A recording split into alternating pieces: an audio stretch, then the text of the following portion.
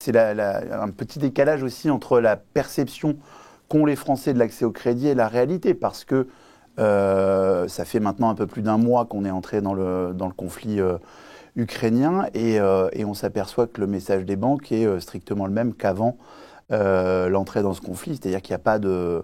Donc il n'y a pas eu de mouvement là-dessus, il n'y a pas eu de resserrement, même s'il y a eu des resserrements dans les conditions d'octroi des prêts depuis le mois de janvier. C'est vrai. Ça ne s'est pas durci, en fait, vous nous dites, depuis le 24 février. Non, le discours des banques est strictement le même, homogène, à l'unisson. Les banques sont prêteuses. Ce qui a changé, effectivement, c'est que depuis le 1er janvier, il y a un resserrement, en tout cas un passage à la norme gravé dans la loi des 35% de charges sur les revenus, du fameux Haut Conseil de la stabilité financière. Et puis, ce qui a été aussi un peu modifié, mais c'est concomitant sans qu'il y ait de lien de causalité, c'est que les taux ont quand même fortement progressé depuis un mois. Alors vous dites fortement, d'autres disent, bon, c'est vraiment très léger, on est entre 0,1 et 0,3%. Vous dites fortement. Mais est-ce qu'il faut s'inquiéter, justement? Est-ce que c'est le début de la continuité de cette hausse des taux ou pas? Alors, effectivement, le premier mouvement, c'est nous on observe plutôt entre 0,20 et 0,40 selon les banques et selon les régions.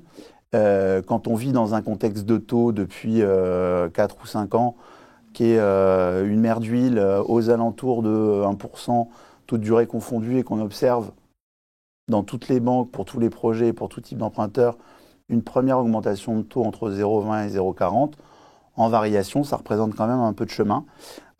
Du chemin tel qu'on ne l'avait pas parcouru depuis quelques années maintenant.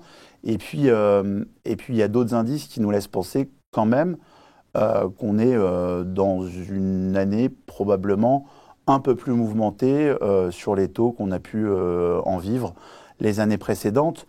C'est-à-dire, vous pensez... Parce que les taux obligataires ont franchi... vous savez, il y a un indicateur de référence, en tout cas sur lequel on se cale, c'est un peu technique, qui s'appelle l'OAT 10 ans, qui a franchi la barre des 1% hier pour la première fois depuis 5 ans.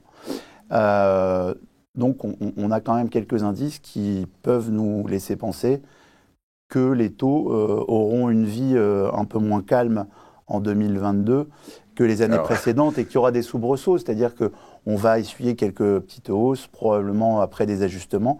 Mais je pense que le terrain est haussier à l'intérieur de l'année 2022. Mais vous pensez quoi? Une hausse de l'ordre d'1%? On peut avoir 1% de hausse cette année? Peut-être pas 1%, mais en tout cas 0,50, 0,60 à l'intérieur de l'année, c'est quelque chose qu'on ne peut pas exclure.